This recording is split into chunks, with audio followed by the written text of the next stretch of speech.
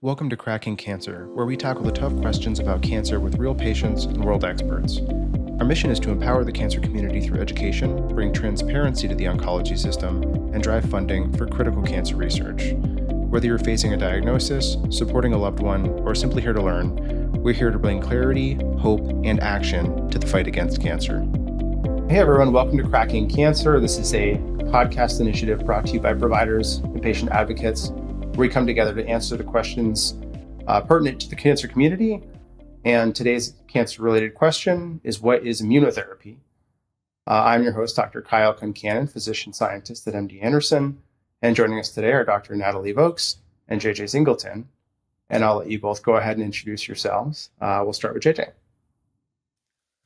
It's an honor to be here. I'm JJ Singleton. I am a colorectal cancer patient going on 10 years and have been on immunotherapy for most of the time there. And it's an honor to be here to talk about it. I'm Natalie Vokes. I'm a thoracic oncologist at MD Anderson. I'm also delighted to be here. Thank you very much for the invitation. I do a lot of clinical trials in the immunotherapy space and spend a lot of my research efforts studying genomic and molecular data sets, trying to understand immunotherapy biomarkers and mechanisms of resistance so that we can help these drugs help more of our patients. Yeah, thanks, Natalie, and thanks for you both for taking the time to join us today. Natalie was also one of my clinical mentors when I was in fellowship. So for all my future patients and future podcast listeners who are like, what is this guy talking about? He doesn't know anything. You can direct all of your... That he does know. Yeah, you can direct all of your complaints to Dr. Vokes. I know. So great. Well, thanks for joining us. I think the question here about what is immunotherapy is really pertinent one. There's a lot of hope around immunotherapy. There's a lot of confusion around immunotherapy. Different diseases experience it differently. It's not always used first line. It's just, I think it's a genuinely complicated topic. So, first I thought we would chat with Natalie and just hear your sense as someone who uses a lot of immunotherapy, as someone who, helps facilitate immunotherapy trials, like starting with just the bare bones basics. Like, what is it? What does that term mean? Yeah, it's a great question. And it's an important question because immunotherapy is a catch-all term. And so it can be used to actually describe a number of different drugs that work differently.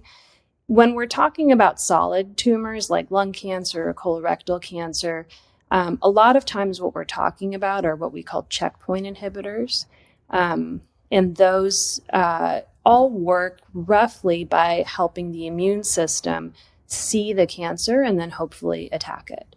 So when you think about traditional anti-cancer drugs like chemotherapies, a lot of these are molecules that get into the cancer cells and they disrupt the division of the cancer cells and in many ways kind of directly kill the cancer cells. And what we see for immunotherapy is that the drug itself doesn't do much to the cancer cell. But what we hope that it does is it helps the immune system see that the cancer cells are there. So it blocks a hiding signal that a lot of cancers use to go undetected by the immune system. And when you block that signal, the hope is that the immune system realizes you have this terrible intruder in the body and that the T cells will kind of engage against the cancer cells and eliminate it. So that's roughly what we think these drugs are doing. Why and how that works in certain patients is something we're still trying to understand.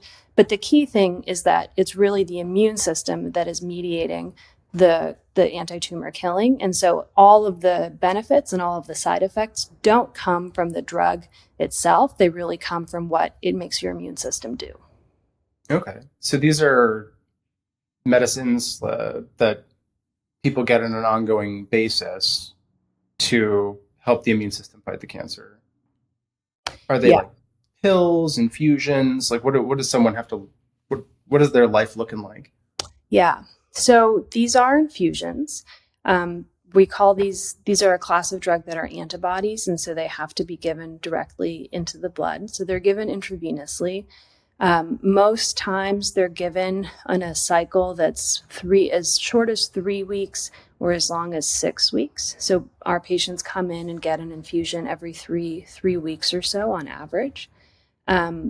And I think the key thing with these drugs, and this is something I talk a lot about with my patients, is that in terms of the day-to-day side effects and how one feels day-to-day on these drugs, a lot of our patients actually feel quite good.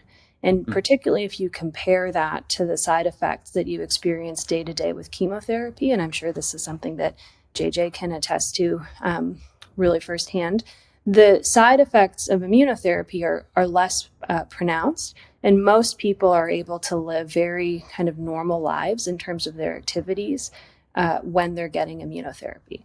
Now, there are different side effects, which we can talk about, and those are also important. But in terms of the day-to-day experience, you don't have things like hair loss, nausea. There's some fatigue, but it's not really to the same extent that you experience with our more traditional anti-cancer therapies. Okay. So it sounds like the side effect profile I'm hearing sounds better than chemo for a lot of folks. Infusion every couple weeks. That you're describing something that sounds pretty manageable. Is that fair to, a fair assessment, fair generalization? Yeah, I think absolutely. And I think, as I said, for many people who've experienced different therapies, when we are on immunotherapy and it's working, this feels like something that they can do indefinitely. And since the hope is that we give these therapies indefinitely, this can be a really nice therapy, and when it works, it's among our most effective therapies. And so that combination of the tolerability plus the efficacy can be life-changing for some of our patients. Okay. Yeah, I mean, and I've seen patients with you and with other folks on these therapies, and yeah, they do really well. It's been my experience. But getting into a little bit more, I suppose, of how it's working, like, how does the immune system go in and target cancer? Like what process is normally there that this is helping? Yeah, so our immune system is a very finely tuned set of cells that are designed to detect foreign invaders into the body and eliminate them. And there are different components of the immune system that are involved in recognizing different types of invaders. But fundamentally, that process starts by your body's immune system recognizing something as foreign or other. Cancer cells are a little bit of an in-between because they are cells that come from our bodies, but they're also cells that have mutated and become very abnormal and are behaving in ways that are, of course, not normal. And so under the right circumstances, and particularly when you have tumors that have experienced a lot of mutational damage, either from something like UV from the sun, carcinogens from tobacco, or there's a faulty DNA repair process like we see in certain congenital syndromes like Lynch syndrome. Those are cells that acquire a lot of different mutations. And when those cells get seen by the immune system can recognize, oh, these are kind of very foreign, very different cells, and hopefully eliminate them. Now, a cancer only grows because it's managed to circumvent that process. And so cancers have a lot of different ways of hiding from the immune system. But fundamentally, what immunotherapy does is kind of eliminate some of those hiding mechanisms such that the immune system can recognize, oh, hey, there's this foreign entity here. And then kind of the natural process to eliminate those foreign cells gets triggered. Okay. And is that process, when we use the term checkpoint inhibitor, and usually when I think of immunotherapy, that's like, I think mostly checkpoint inhibitors. That's the process you're talking about. Like, maybe we can explore that term, because I think people hear that, and that's a great question, and I'm happy. I think it's important to use as many of these terms as we can. So checkpoints are exactly what I've been talking about, which is that certain cells can put out molecules on their surface that are immune checkpoints. And those are natural pauses to the immune system to say, hey, you need to slow down and not attack this. And we need checkpoints because we don't want our immune system to attack our healthy tissues. So part of what happens in autoimmune diseases is your immune system can be dysregulated and go after your healthy tissues. And so we need checkpoints to help kind of be part of this turn on, turn off set of signals that keep our immune system going after the right things and not going after the wrong things. So some of the checkpoint molecules that you may hear about or read about as you're looking through these drugs, or your doctor is talking to you about them, would be things like PD-1, PD-L1, CTLA-4, LAG-3, TIM-3, TIGIT. These are all molecules that have come up. The ones that have actually kind of borne fruit as checkpoints that we can go after with these drugs are the PD-1 and PD-L1 inhibitors. And so most of what we're talking about when we talk about immunotherapy and checkpoint inhibitors are anti-PD-1 or anti-PD-L1 antibodies. The other class of drugs that has been successful, particularly in melanoma, but also in lung cancer, are anti-CTLA-4. And then there's a whole host of new drugs that are being developed against some of these other checkpoints with varying degrees of success. Wow. So it sounds like there's we've had these here, but the research is still evolving. Still reason for people to have hope in this field.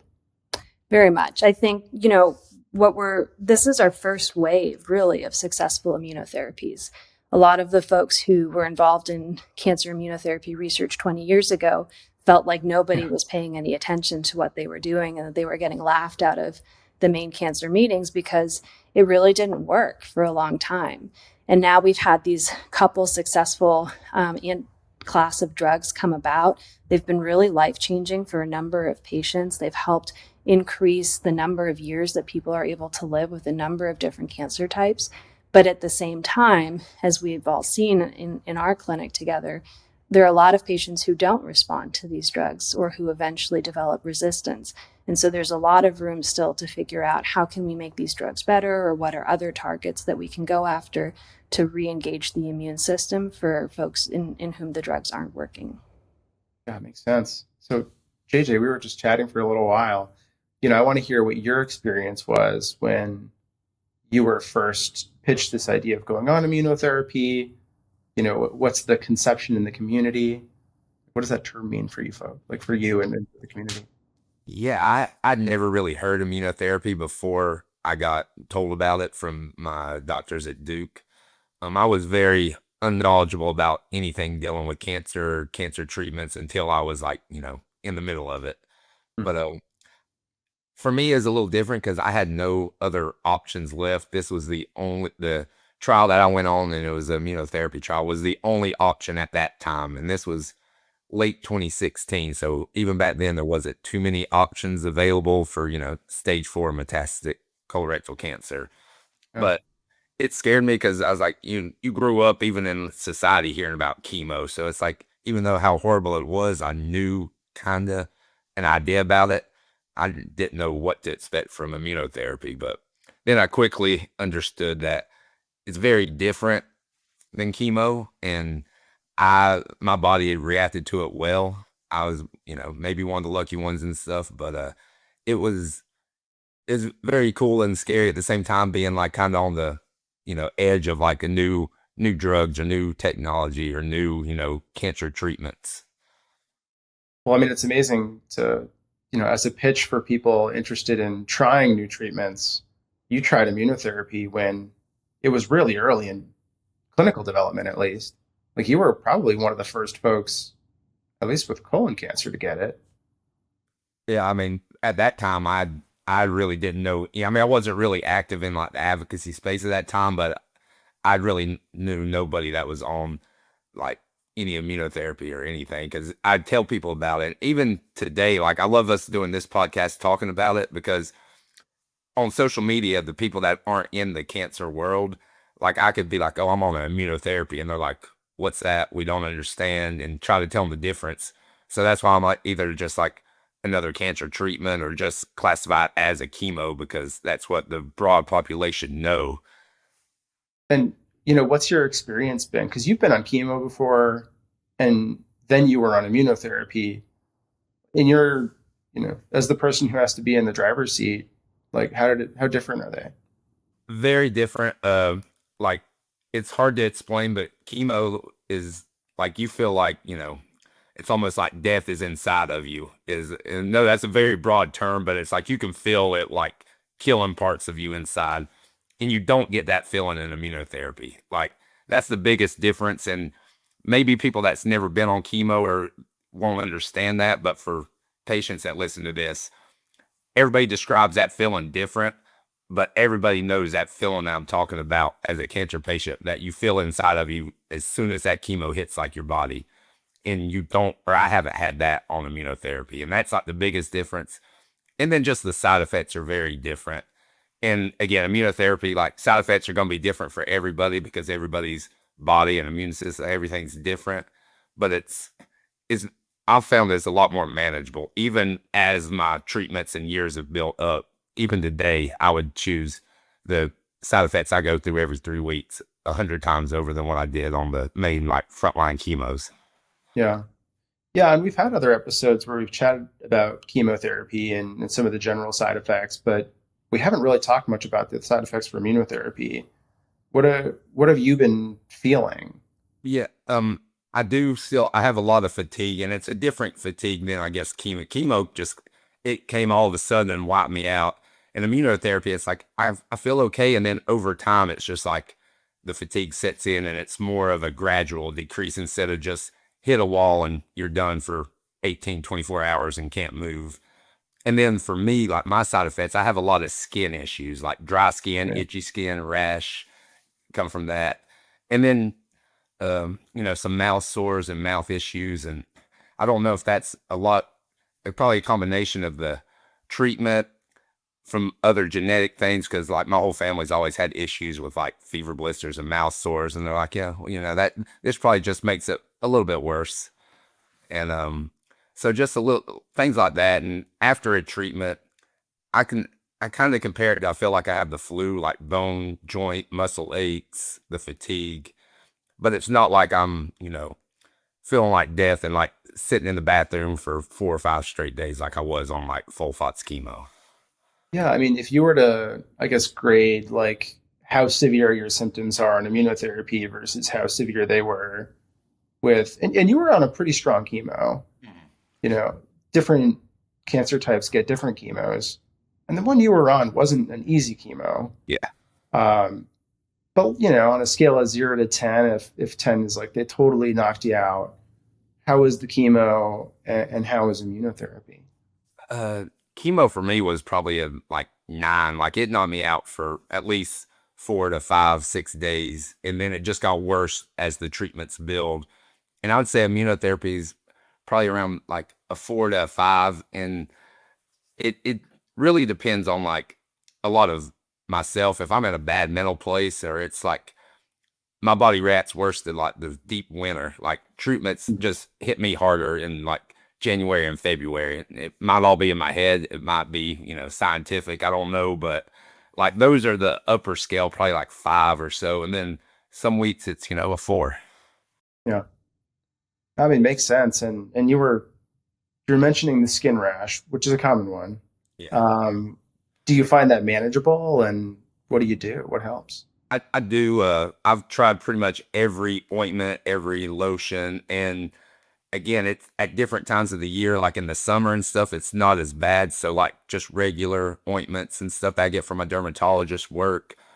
The winter time, and like when it goes from 20 degrees one day to 60 degrees the next, and then the wind and the dryness mixed with the treatment, I just have to constantly go through different ointments and different stuff, and then just, kind of suffer a little bit. And you work with a dermatologist? Yeah, I actually was seeing a dermatologist before I ever got diagnosed, because my family has a history of melanoma spots and moles and everything too, and playing football and everything, being outside constantly. So I was well introduced to them way before. All right. Uh, yeah, and what other, I guess, input that you're hearing from the cancer community about misconceptions about immunotherapy? Have you heard kind of Yeah, I the think a lot rumblings that because you over hear the years, like when I started immunotherapy, it was like, you had to go through the chemos, the front line, the FOLFOX kindas first, and then you went to the immunotherapy. And now patients are able to, like if their doctors or oncologists say this is going to work, they're able to go straight into it. And it's just getting around the unknown that, because again, they had never probably really heard about it. And you do research and everything you put into Google is just going to tell you the exact worst that could happen at the very front all the time. So a lot of it is just like kind of gaining knowledge and getting rid of the stigmas and just the unknown fears around it. Because no matter if it's immunotherapy or radiation or chemo, when you're going to get a cancer treatment, you're going to be scared at first. Yeah. Yeah. And I know I've heard a lot of people who hear immunotherapy, and I mean, it sounds great. Like you get this therapy that doesn't have the same side effects as chemo. It's using your own body's immune system to kill cancer. And then we hear about folks like you who have had these tremendous responses for a long time.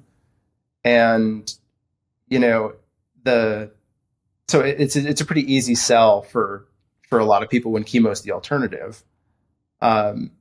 Maybe, pivoting back to Natalie here, not everyone responds, so how do you determine, like, as the provider, who would you recommend chemo for or immunotherapy for? Like, what are some of those factors that go into that decision? I think it's such an important question. And I think it kind of builds on what you were saying, which is that there are different perceptions of immunotherapy. And I think some people approach it with trepidation, and there is a fear of the unknown.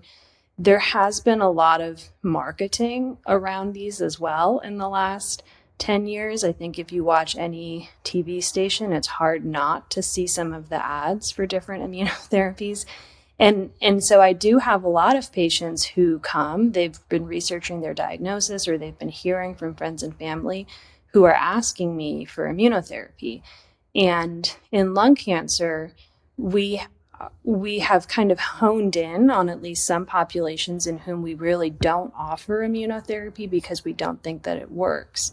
And the biggest, most important distinction in lung cancer is, does a patient have what we call a targetable, actionable driver? So that's a mutation in their tumor that we can treat with a targeted therapy, which is often a pill, or do they not? And the reason this distinction is very important is because the targeted therapies that we have are often quite good. They can work in 80% of patients, depending on the drug. And it's also the case that a lot of folks whose tumors have these targetable drivers are also not responders to immunotherapy. So it's really important to make that choice for reasons of both picking the best drug and also not picking a drug that's not likely to work. So in lung cancer, we've kind of honed in on that as our first branch point. But the truth is still that even in the patients in whom we offer immunotherapy, the majority are probably not going to respond, or they'll respond initially and then their tumors will develop resistance. And so that gets at, I think, the other part of your question, Kyle, which is, are we giving immunotherapy to everybody? Are we giving it in combination with other drugs? And the short answer is that right now in lung cancer, we have a lot of frontline combination options, which is immunotherapy alone, immunotherapy with chemotherapy. We can give 2 immunotherapy drugs. We can give 2 immunotherapy drugs with 2 chemo drugs. And so there's a lot of unknowns as to how to best optimize those regimens, but that's a choice that we have to make as providers. And then the next step is, what's coming in the future for our patients. Yeah, it's interesting, having been in the clinic, learning under you and seeing how the field's evolved. There are so many ways in any given cancer type that we can get more and more specific about an individual's cancer, because, we say that every cancer is unique, and, largely that's pretty true. Like, there's a lot of different ways you can slice this pie of cancer and put people into different groups that may or may not respond. So our research always has to keep evolving as we learn more. And I think I'd be interested to hear your thoughts. There are some things that other tumor types use. It's not always the best markers, but you mentioned before PD-L1 and how many mutations, like the overall amount of mutations that make a cancer look not like self, how do we use those markers that people are probably going to see on their reports? That they tend to report the PDL1 and tumor mutational burden, or TMB. Yeah, how do we use that? How do you use Yeah. that? So, I think with the advent of these drugs, there's been a lot of interest in trying to figure out how can we get it right. So who do we give it to for who it's going to work? And how do we not give this to patients in whom it's not going to work? And actually, our single best biomarker for immunotherapy, which is what we're talking about, is Lynch syndrome.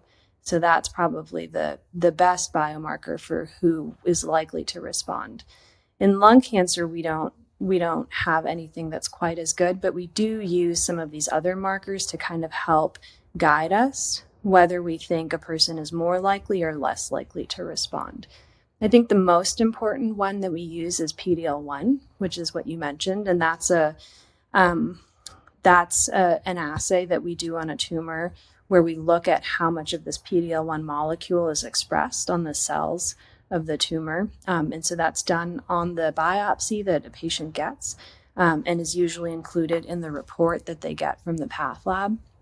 And what we're looking for with that, and with the PDL1 specifically, is we're looking for it to be higher. So the higher the PDL1 number gets, the closer it gets to 100%, the more likely we think it is that a person will respond to the immunotherapy. It's not a perfect biomarker. So you can have a very high PDL1 and not respond. You can have a very low PDL1 and respond. But it kind of helps us give a sense what's more likely to happen than not. And a lot of times, if we see a very high PDL1, we might use immunotherapy alone or just one checkpoint inhibitor alone. Whereas if we have a low PDL1, I would be more likely to add the second immunotherapy drug, so give anti-PD1 plus CTLA4 inhibitors, or we add chemotherapy. And so that way we're kind of hedging a little bit by combining our therapies together to increase the likelihood that we'll have some kind of shrinkage of the tumor. The other marker that you mentioned was the mutational burden of the tumor. So we call that tumor mutational burden, or TMB. What we found in some of the early research studies that we did is that the more mutated a tumor is, the more likely it is that the immune checkpoint inhibitor will work. And that's probably related to what I was talking about earlier, which is how foreign does that tumor cell seem to the immune system. And Lynch syndrome is a great example of tumors that have very high mutational burdens and are probably perceived as very other by the immune system. In lung cancer, TMB can help, but I wouldn't say we use it quite as frequently as we do with PDL1, partly on the basis of how our clinical trials were designed. But it can be another one of these things where if you see a very high TMB and a very high PDL1, you might feel really good about trying immune checkpoint inhibitors alone, versus if it's very low, then you might want to hedge by adding in other therapies. And there's a lot of work that we're still doing to try to refine these biomarkers and integrate different types of data so that we can actually even have higher predictive accuracy than what we're getting with these markers as they stand. Yeah, I think that all makes sense and it's really clear, And the challenge with these markers, the PDL1 and the TMB, is like you said, that it's not they're not the same level of predictive, or they're not so good in one tumor type. They're going to be really good in predicting in a different tumor type. So it's not universally the truth that a high PDL1 means someone will respond, or a low PDL1 means they won't. And that's something we've talked about a bunch with our other co-hosts in other episodes, is how unfair this whole situation is that someone can look at their report and they have all the positive things, like all the things that they should be celebrating, that make it look like they're going to do really well. And then they progress kind of quickly, or, someone who feels really upset because all of their markers suggest that they're not going to respond really well, but they do quite well. And I think the experience I've had is these tools that we can use to help determine if immunotherapy is a good decision for someone, they're the best we've got, but they're far from perfect. And what I'd like to I guess, relay to those who are listening is if you don't fall in one of these categories where you're looking at these markers like the PD-L1 or the TMB, the tumor mutational burden, listen to your physician. They don't rule how things are going to go. Uh, yeah, I mean, JJ, I'd like to hear your thoughts a little bit about. Have you heard kind of the rumblings in the cancer community about people listening to these topics around immunotherapy, like the biomarkers or? Mm. Yeah, I mean, biomarkers in the colorectal cancer world, like that, we're trying to push everybody to, like, as soon as you get diagnosed, to get your biomarkers tested, because I know all the cancers are different, how like immunotherapy works with different cancers, but especially I know in the colorectal, like if you get the right biomarkers, you can like misgo a lot of treatments that wouldn't work at all and try the ones that will. Like I had to go through multiple treatments that by the end we knew weren't going to work, but at that time you had to go through to get on the trial. And then like if you know like your MSI high in colorectal cancer, like immunotherapy is going to have a really, really good shot of working for you. But if you're, not, you probably are going to stick clear immunotherapy and go like the traditional route. So like just getting that education is kind of our most important thing right now in the my cancer world. Yeah, and you mentioned MSI, which is a term that stands for microsatellite instability, and it's kind of the same as tumor mutation burden and other disease types, just for those who are listening. But you're right. I mean, there has been different rates of getting biomarker testing across different tumor types because we were really fortunate in the lung cancer community that we had things we can do. We can get these molecular testing and then give a special therapy, but not every tumor has had that same level of fortune. So a lot of people don't always get molecular testing for everything. Um, so it's nice to hear that in the community, things are getting, the awareness is getting brought up. It, Uh, it's definitely one of the things that like all the advocacy groups and stuff are pushing. Like right as soon as you get there, you're going to hear something about yeah, have you got your biomarkers tested, because that can it can save your life. yeah, yeah. I think you're probably the strongest testament to that I could reference because you were progressing. You were saying on chemotherapy, Mm. Yeah, I and was. then you went on It immunotherapy was. like 10 years ago. Yeah, it was. It was. I was going hardcore, like down quick and stuff. Those last couple months before I got on the immunotherapy, and I never heard of biomarkers until the cancer came back, and I went down to Duke because I guess the rural areas, the small like localized cancer centers in there, like I don't know how popular, like well-known biomarkers were in the colorectal space 10 years ago, but I didn't hear about it until I was a year into my whole cancer journey. Yeah, and even that, your whole situation was based around a trial. Mhm. So yeah, it was cutting edge at the time, and it was really fortunate that your providers there had that trial. Yeah, very lucky. Like it hit, and I'm, thankful all the time. And like you were talking about how it don't work for some people. I've known people that they were like me and their, cancer sufferers, like almost line for line, and then a treatment didn't work for them and they could progress. And it's just it's hard to deal with in the patient perspective too. And I mean, I can't imagine the you know medical professional world too. It's just it's a lot. Yeah. Yeah, I mean, speaking of kind of all of this being a lot, and I'm interested to hear if you've had barriers being on immunotherapy, like living the life of someone on immunotherapy. What have been the biggest challenges? Is it like infusion time is too much? Do you have reactions? Yeah, as as we said, I've been on it for many, many years now. So it's kind of gradually I've came to adjust my life to the treatment, which I think a lot of people, when they hear that, it scares them because, like most people are like, you're going to get through the cancer and then you're going to get your life back. And I hope a lot of people do. I hope people never get as adjusted to I am for being on, treatment for a decade. I hope it's, a year, a couple months, a couple years at the most. But for me and the people, in the advanced cancer that who are on these long-term treatments, I feel like you have to adjust your life to the treatments that's causing you to be alive. So there was more barriers at the beginning, because I was like, well, I'm feeling okay today. It's been a week since I had treatment. I'm going to go and try to be like I was, 3 years ago before I had ever had any of this. And you realize quick that you're not that person anymore.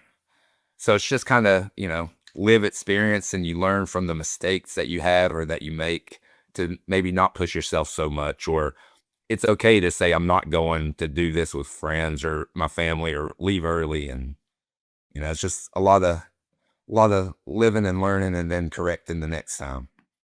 And I'd like to was ask a that? follow-up question if I Oh may. yeah, please, Natalie.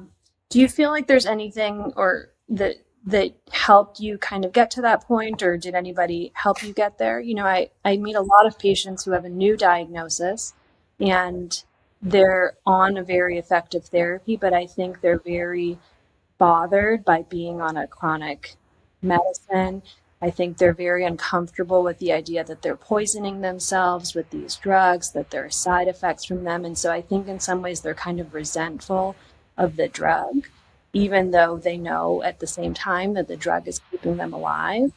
So how do you kind of reconcile that? Yeah, that's a great, question. And I'll tell anybody that ever asks me anything similar to that, it was a very long process for me. A lot of people see me now and they're like, oh, you're doing good. You're managing it. You're out living your life, doing the advocacy. And it took me over 5 years from when I started this before I ever did anything. I was this person you were just describing, like resentful that like my life was so different in my late 20s, early 30s, as like everything changed, my dreams. And I was like, I'm supposed to be thankful for being alive, but this isn't what I imagined my life being for 27 years. And then when I started finding people in the cancer community, so like other patients and advocates in there, in building a bond and a friendship with them, because there's something to say is like some people don't want to just be like, oh, I just want to hang out and talk to cancer people, but it's a lot easier because you understand what they're talking about without explaining every little detail. And then just over time, like kind of finding a new, I know purpose is very cookie cutter or like hallmark word to say, but it did make a huge difference in my life. So I try it kind of like with mental health. It's never going to be a straight line. Like you're going to feel good one day and feel really bad the next 2 days and feel like you're resentful and not like it. But try to find and hold on to that one escape or that one thing that makes you feel good and feel, it's okay to live this life. And I know that's a lot of words running around, but that's about as good as I can put it for my life. No, and I think it's such an important point too that you're not going to feel the same every day. So you may have days where you're still angry or resentful, and then you may have other days where you feel well, and that it's going to be that kind of up and down. And to get that through the head that is okay, and you're not different, and you're not an outlier because you're feeling that way. Because there's a lot of times I'm like, well, I'm supposed to, I'm doing okay. I just got an okay scan result. There's nothing else that grew. Why am I feeling so bad and so depressed and so like this isn't the life I want to live today? And to say that that's okay, and then it's going to get better was like the most important like thing that I learned. And I say I learned, and I still have days where I have to remind myself that even a decade into it. Yeah, JJ. So it's so interesting. You were mentioning you had that mental um, burden, the challenge of having to cope with the diagnosis you had, and you were having times of progression, and then you were stable for a long time. And you were saying something that I found really interesting was navigating, finding meaning in all that, and one of the reasons I went into medicine is I had a brother who had a very rare genetic disorder, which was a terminal diagnosis. And I remember watching him have these feelings of what's the point? Why bother? And the depression really got to him. And it's hard to care for someone who is experiencing that, but you've seemed to overcome those feelings pretty well. When you say you found meaning, is that through your advocacy work or what other things? Yeah, it was just through actually getting out of my own head and connecting, and kind of it is a lot with advocacy, but then it's just also getting and trying to live my life again and not just sitting on the couch and trying to get lost into a movie every single day because I didn't know what else to do. So I guess finding myself and the purpose, it's a mixture of advocacy. It's a mixture of like, I can go out and make new friends. And even though I'm always going to feel a little separate because of my life experience into this, people are still out there and they still want, you still got to be a part of life.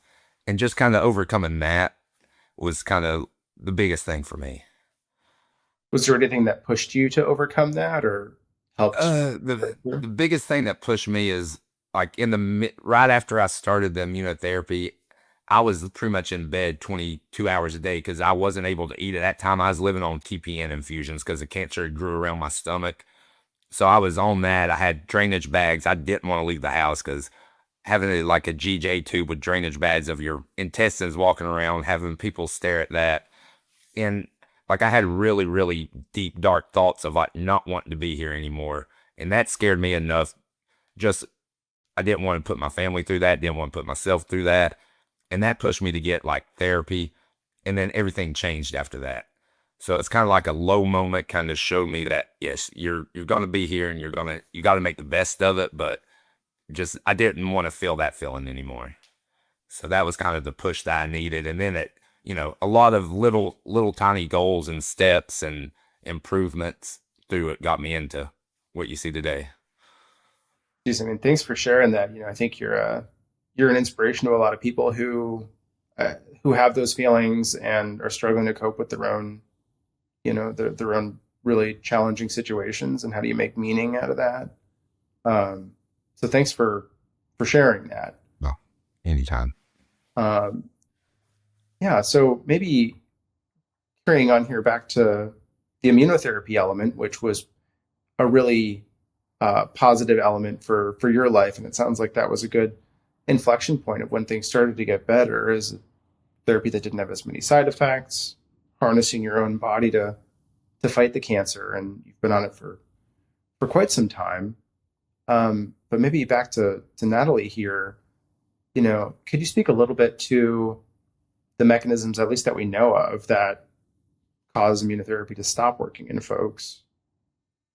Yeah, I think this is one of our biggest unknowns still with immunotherapy. And, this kind of gets to what we were talking about a little earlier with biomarkers too, which is that sometimes to understand these things, we have to do more testing because we don't even know where to look. And so a lot of this happens through research, just getting extra biopsies, extra blood, extra information so that we can go after what might be happening and then have that information trickle back to the clinic with actual tests.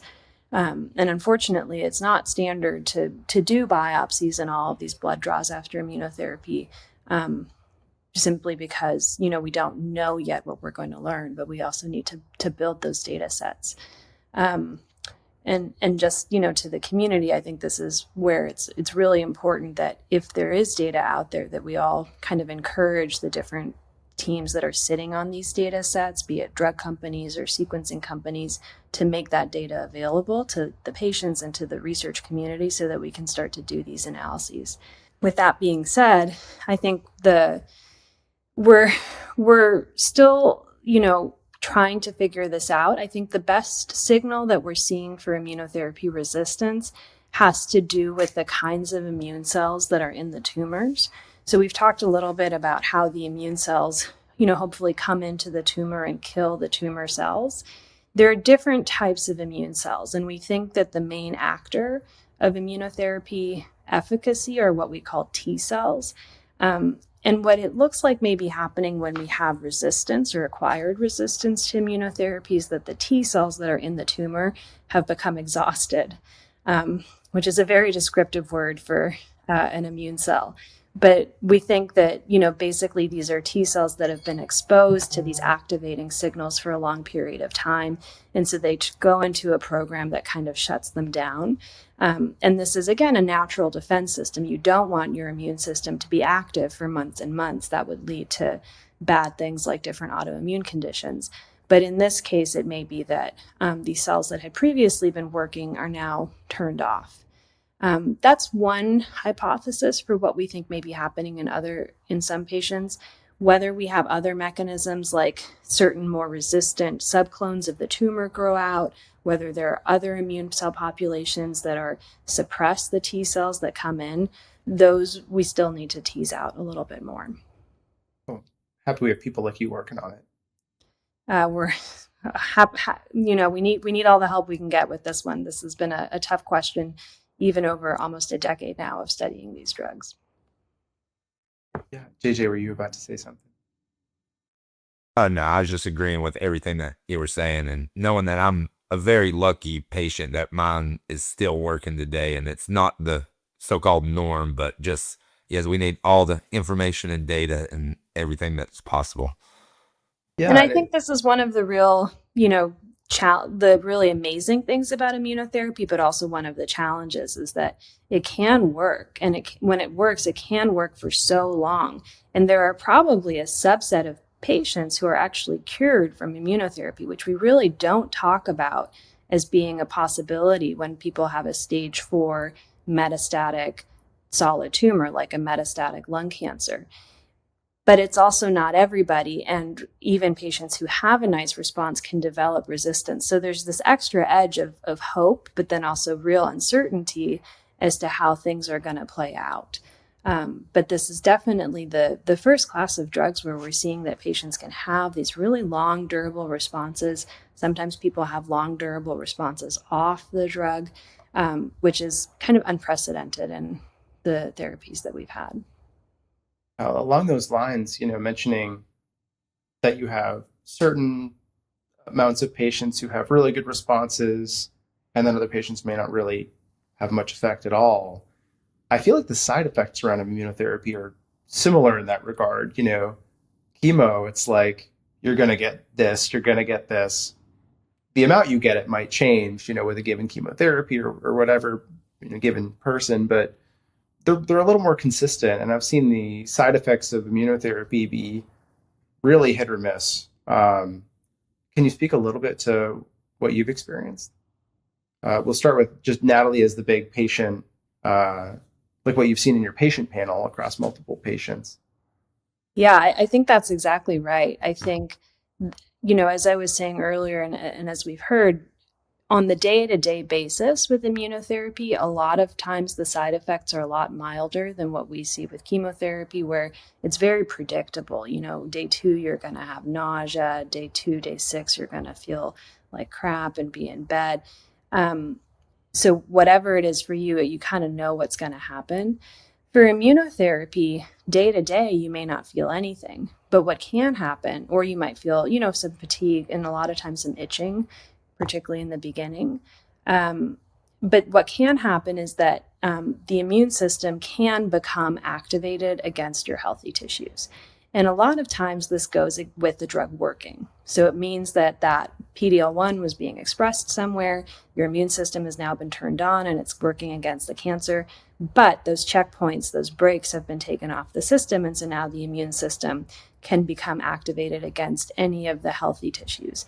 And the challenge for immunotherapy is that it can be any organ system in your body. It can happen at any point when you're on therapy.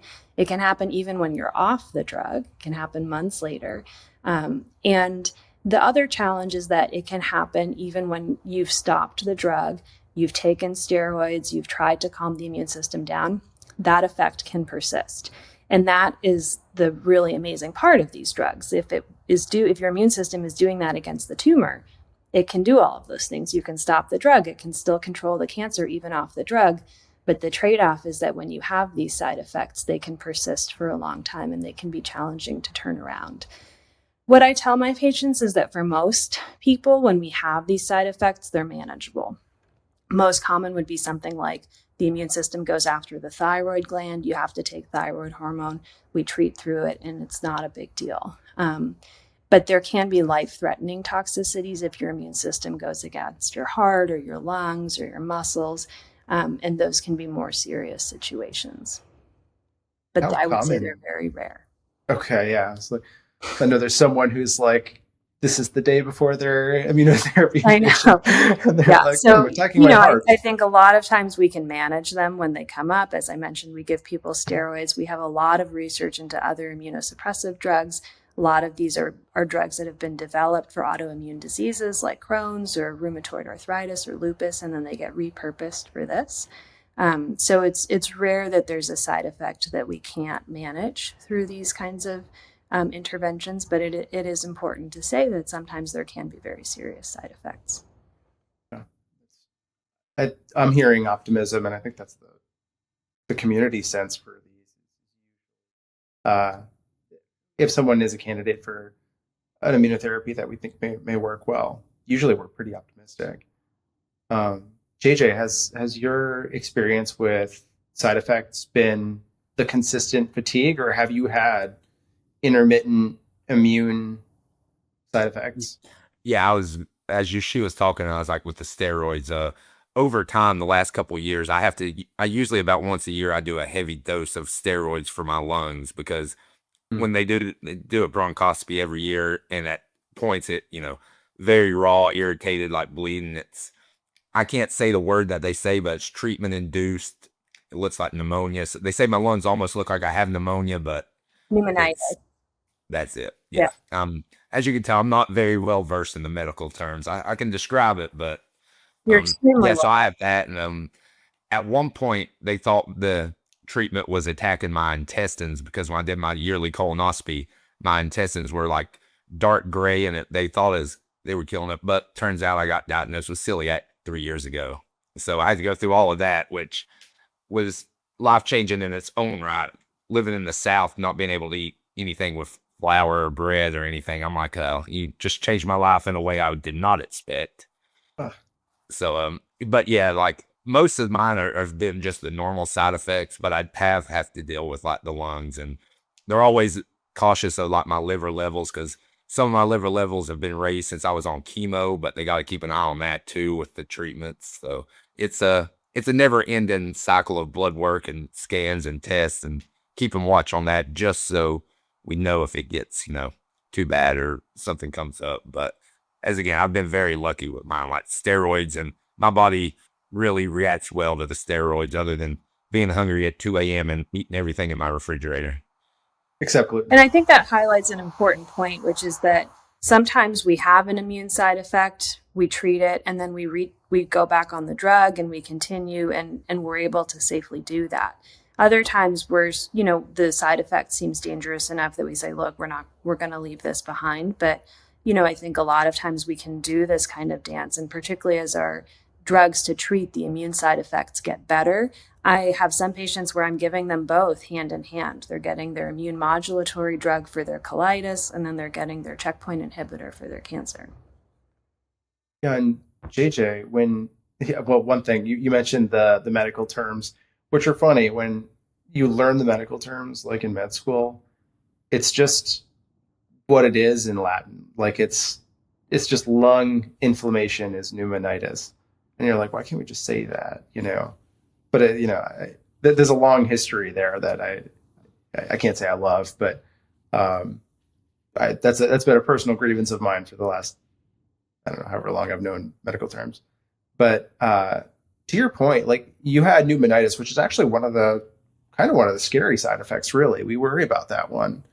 How did you experience that? What did that feel like? Or did you experience it at all? For me, like what got them really worried is like they just kept hearing a raspy kind of in my lungs, and my cough would get worse, and at some points I would cough up blood, which in my head I would like do with my mouth sores and like the mucosis of that I have through like the mouth and stuff. And when they went and looked, like I guess I wasn't scared because I've had so many scopes and procedures and stuff, and they're like, all right, well, if the steroids don't make it way better, we're going to stop treatment, do this. And that's what scared me, because last time I tried to stop a treatment, the cancer came back and was spread everywhere in 6 weeks. So I was like, okay, this, very, very worried and concerned.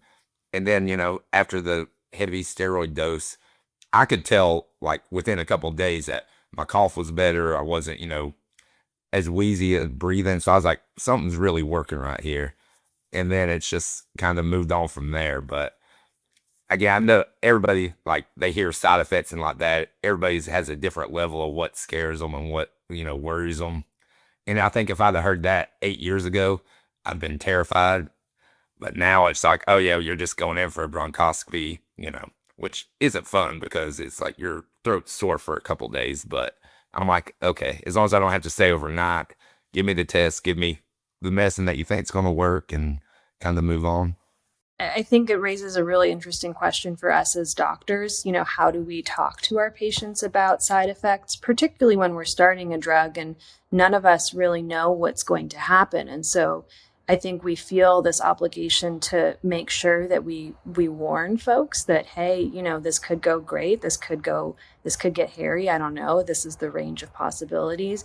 But we also don't want to scare somebody away from a drug that we think is going to be the best thing to try. And what do you think is kind of the balance between that fully informed consent versus saying, I think this is the right thing for you. You're going to do great. Let's proceed. Yeah, I think it's a lot like, every patient's different, but a lot like where they put the questions at. Because, like, if you ask them, like, or if the doctor asks me, like, what's my concerns, and then kind of go into the details about the concerns, but just if they're not totally concerned about one point, don't lay on everything right there. And then give them the chance of, like, okay, I'm going home. You're going to look at it, research it, and come back to the points of interest.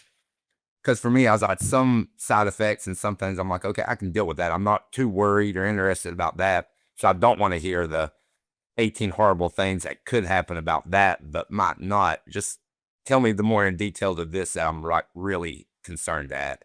So I think it's kind of meet in the middle, and always should be drove by like what concerns the patient has, but still give them the information to access everything.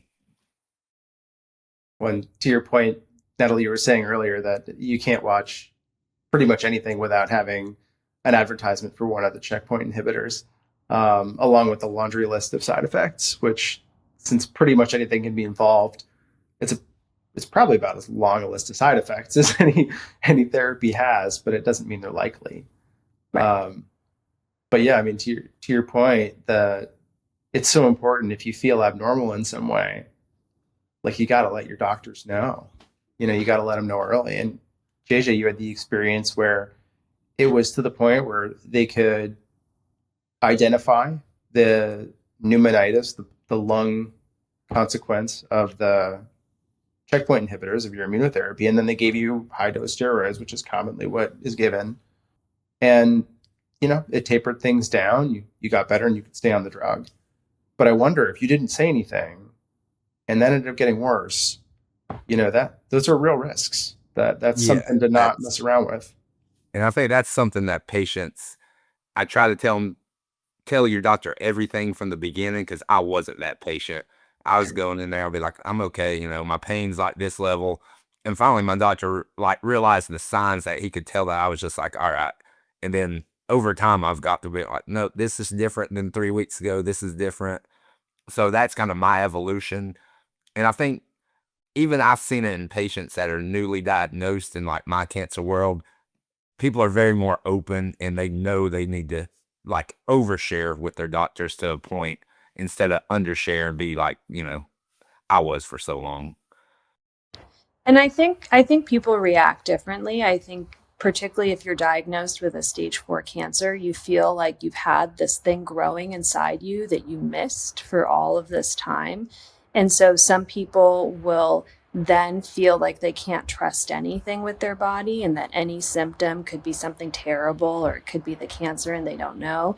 And other people are more inclined to say, I'm going to be fine. I'm going to ignore everything. And so on the provider side, we have to kind of learn where the balance is between those different personality types.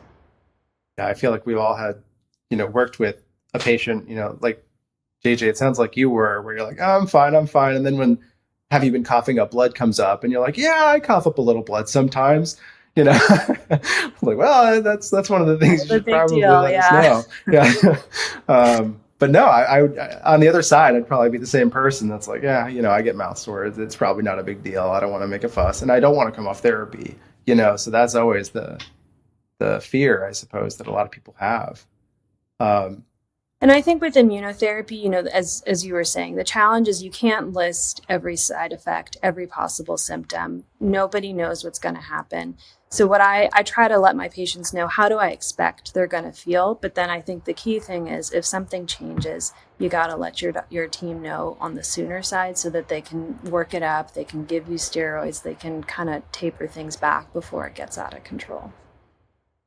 Yeah, I couldn't agree more. And I think we're probably getting close to the hour here. So I want to hear from the two of you, maybe JJ, as someone who's been on immunotherapy for a long time, talking to folks who are looking to maybe be on it for the first time, what's some advice you might have, reassurance, pitfalls to be aware of?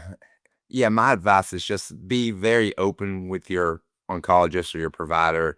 Like, ask questions, go through, make sure, that treatment is, has hope or has purpose for your diagnosis, not just because you heard that it might, or because you don't never want to either start something or leave a treatment that is doing okay just for a possibility if it doesn't fit you.